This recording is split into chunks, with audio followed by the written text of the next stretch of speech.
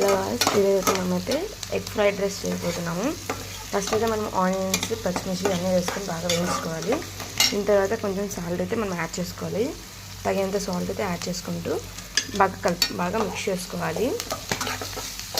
Tomato కూడా cut చేసి పెట్టేసుకోవాలి. మనమైతే ఈ విధంగా బాగా ఇవి లైట్ గోల్డెన్ కలర్ వచ్చే వరకు మనమైతే వేయించుకోవాలి. చూడండి, ఈ విధంగా ఇలా తగినంత పసుపు వేసుకోవాలి. మనకి చిల్లీ పౌడర్ ఆప్షనల్ అనమాట. మనకు కారం కావాలంటే వేసుకోవచ్చు, లేదంటే లేదు. ఇది బాగా మంచి కలర్ వచ్చే వరకు వేయించుకోవాలి. మనమైతే కొంచెం పెప్పర్ అనమాట, కొంచెం ఘాటు కోసం.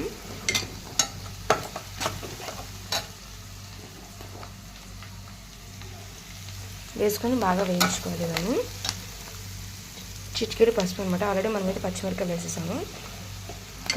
పిల్లలు ఉంటే కారం ఎక్కువ తింటారు కాబట్టి అందుకే మేము లైట్ తీసుకున్నాము.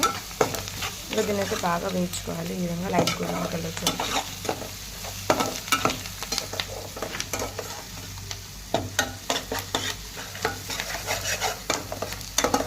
ఇదైతే మనమైతే నేను టమాటో అయితే వేసుకోవాలి. 2 టమాటాలు అయితే వేసాను నేను.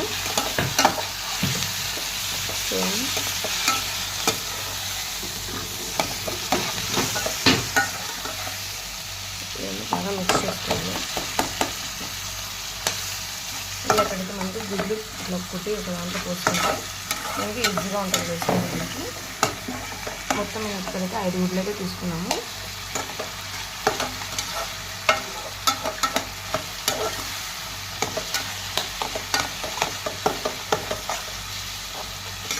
చూడండి, ఈ విధంగా ఇలా బాగా కలర్ చేసి వేయించుకుంటూ ఉండాలి. బాగా మగ్గాలన్నమాట. టమాటాలన్నీ బాగా వేగి టేస్ట్తో బాగుంటుంది.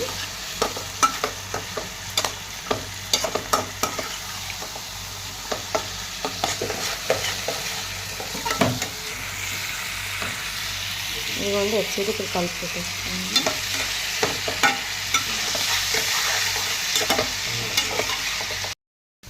ఫైనల్గా మనం అయితే కొత్తిమీర వేసుకొని కలబెట్టుకుంటే మన స్పైసీ ఎగ్ ఫ్రై అయితే తయారైపోయింది.